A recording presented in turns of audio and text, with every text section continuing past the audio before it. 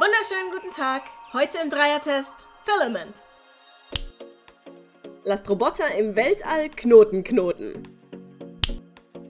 Ich lande schon recht oft bei handlungslastigen, hübschen Rätselspielen. Aber so toll die auch sind, sonderlich anspruchsvoll sind sie selten. Filament ist mal was anderes. Ja, hübsch ist die stilisierte 3D-Grafik und an Geschichte mangelt's auch nicht. Aber es ist bockschwer. Die kabelbasierten Rätsel, ja, sowas gibt's, unterscheiden sich je nachdem, in welchem Bereich der Raumstation ihr euch gerade bewegt. Und leichte Knubbeleien weichen schnell harten Nüssen, bei denen dem armen kleinen Roboter vor lauter Vor- und Zurückspulen garantiert übel wird. Es ist ja schon ein alter Hut. Ihr landet auf einer verlassenen Raumstation, auf der irgendwas schiefgelaufen ist. Was genau, das gilt es auch im PC-Spiel Filament herauszufinden. Im Orbit eines wunderschönen Planeten mit dem klangvollen Namen Arnold. Aber natürlich wäre es zu leicht, wenn jemand euch einfach sagen würde, was genau auf der Alabaster passiert ist. Nope, ihr müsst Rätsel lösen, Terminal-Passwörter finden und dann Infoschnipsel aus Tagebucheinträgen und dem E-Mail-Verkehr der verschwundenen Crew fischen. Klingt nicht so geil, aber die Texte sind sogar in der deutschen Übersetzung sehr amüsant zu lesen. Vor allem die wachsende Freundschaft zwischen Pistazie und Wacholder hat's mir angetan. Nein, das sind keine bemitleidenswerten Promi-Kinder à la Northwest oder Apple. Jedes Raumschiff der Filament Corporation wurde mit einer 6-köpfigen Besatzung in Kryoschlaf auf Planetensuche geschickt. Und alle sind nach einem Farbcode benannt. Dem hier. Auch interessant, nicht alle von ihnen stammen von der Erde.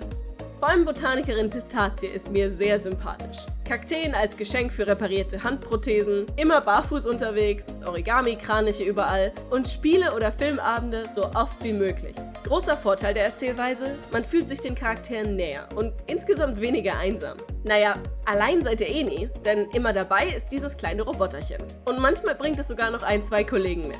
Rätsel löst eure recht charakterlose Spielfigur nämlich nicht selbst, sondern er schickt das kleine Männchen vor. Hat den Effekt, dass man wesentlich mehr Bindung zu dem als zum Menschen aufbaut. Der ist quasi nur Transportmittel von einem Einsatzort zum nächsten. Die Aufgabe des Roboters mit dem endlosen Kabelvorrat ist es, Dinge wieder zum Laufen zu kriegen.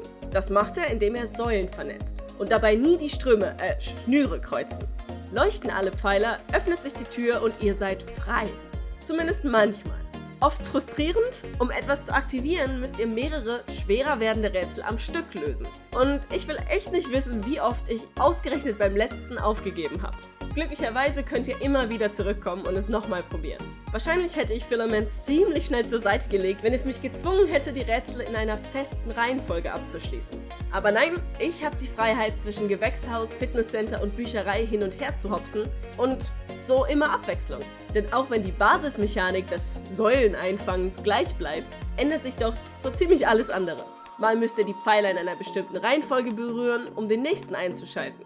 Ein anderes Mal müsst ihr mehrere Roboter koordinieren, um ein bestimmtes Lichtergebnis zu bekommen.